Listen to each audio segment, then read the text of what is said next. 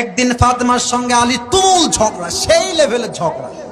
আলী বলছে ধুর বাড়িতেই থাকবো না, বাড়িতে চলে গেলাম আমি। সত্যি বাড়ি থেকে বের হয়ে গেছে। এবার নবীজি বাসায় আসছে, ফাতেমা এই না আলী, আলী কোথায়? ফাতেমা তো ভয় পাচ্ছে, আমি যদি বলি রাগারাগির জন্য বের হয়ে গেছে খবর তো আমার হয়ে যাবে। আর যদি আজকালকার শ্বশুর হতো, এত বড় সাহস, আমার মেয়েকে ধমক দিয়েছে, আজকে জামাইয়ের একদিন কি আমার একদিন। আর মেয়েরাও কম চালাক না, বাসায় যা হবে মা বলো বলো বলো বলো।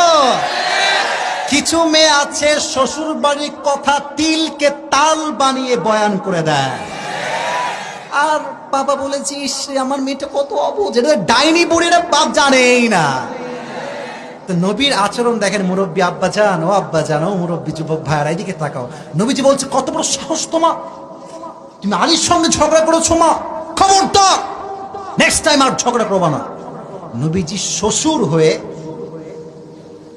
দোজাহানের সর্দার তিনি নিজেই আলীকে খোঁজার জন্য লাঠিতে ভর করে বাহিরে বের হয়ে গেলেন। গিয়ে দেখছে আলী ওই দূর মরুভূমিতে একটা চাদর বিছিয়ে রাগে কিটমিট করছে আর এমনি শুয়ে আছে। বইয়ের উপরে রাগ উঠলে ভাই কাউরে বলা যায় না, যার রাগ উঠে একমাত্র সেই বোঝে এই রাগের তেজ কত বেশি যুবক ভাই। তা আলী ওইদিকে ফিরে তাকায় আছে, শুয়ে আছে। নবীজি বলছে এই মাটির বাপ আলী, স্টপ, কান্নাকাটি করো না, ওঠো। উঠেছে, হাত ধরেছে, সোজা বাসায়। আচ্ছা বাবু তোমার হাত দাও দেখি, এই যে এই হাত দাও।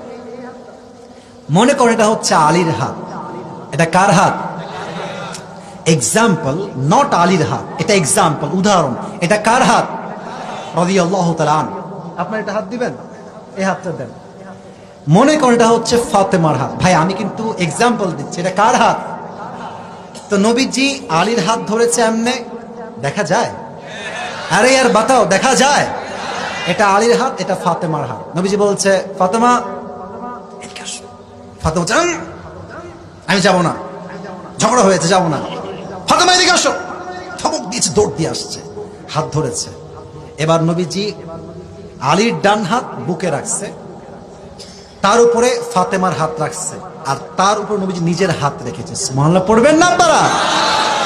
এমনি হাত ধরেছে তিনজন। এটা হচ্ছে ফাতেমার হাত, এটা আলীর হাত, তার উপরে নবীজির হাত। আরে আর বাতাও তো সুবহানাল্লাহ।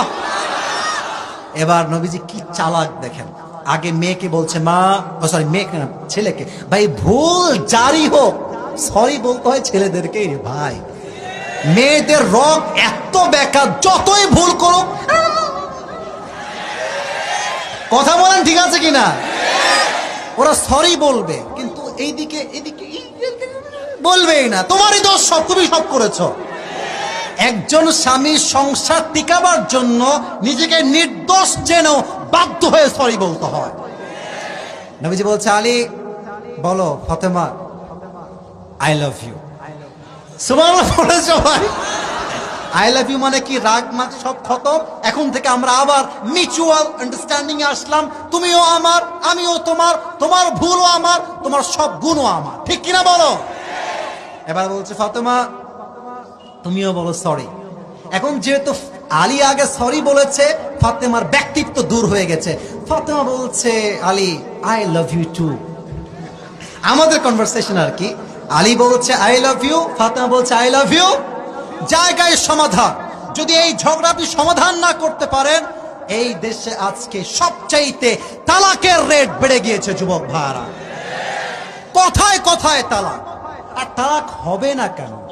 মেয়েরা বিয়ের সময় চরিত্রবান বাদ দিয়ে গাঞ্জাখোর দেখলেই মেয়েদের পছন্দ হয়েছে। যত গাঞ্জাখোর আছে দেখবা সবগুলোর সুন্দরী সুন্দরী গার্লফ্রেন্ড আছে। চরিত্রবান যুবক ভালো একটা মেয়েকে বিয়ে করবে, সুন্দরী গুণবতী দেখতে, আমার আপনাকে পছন্দ, আমার গাঞ্জাখোর লাগবে, গাঞ্জাখোর আমার পছন্দ। আচ্ছা বগুড়া শেরপুরের ভাইয়েরা, মুরব্বীরা এদিকে তাকান তো, আমার মুখে এটা কি আব্বাজান যুবক ভাইয়েরা? না আমি শুনি না, বামে আওয়াজ, এদিকে আওয়াজ না, এটা কি?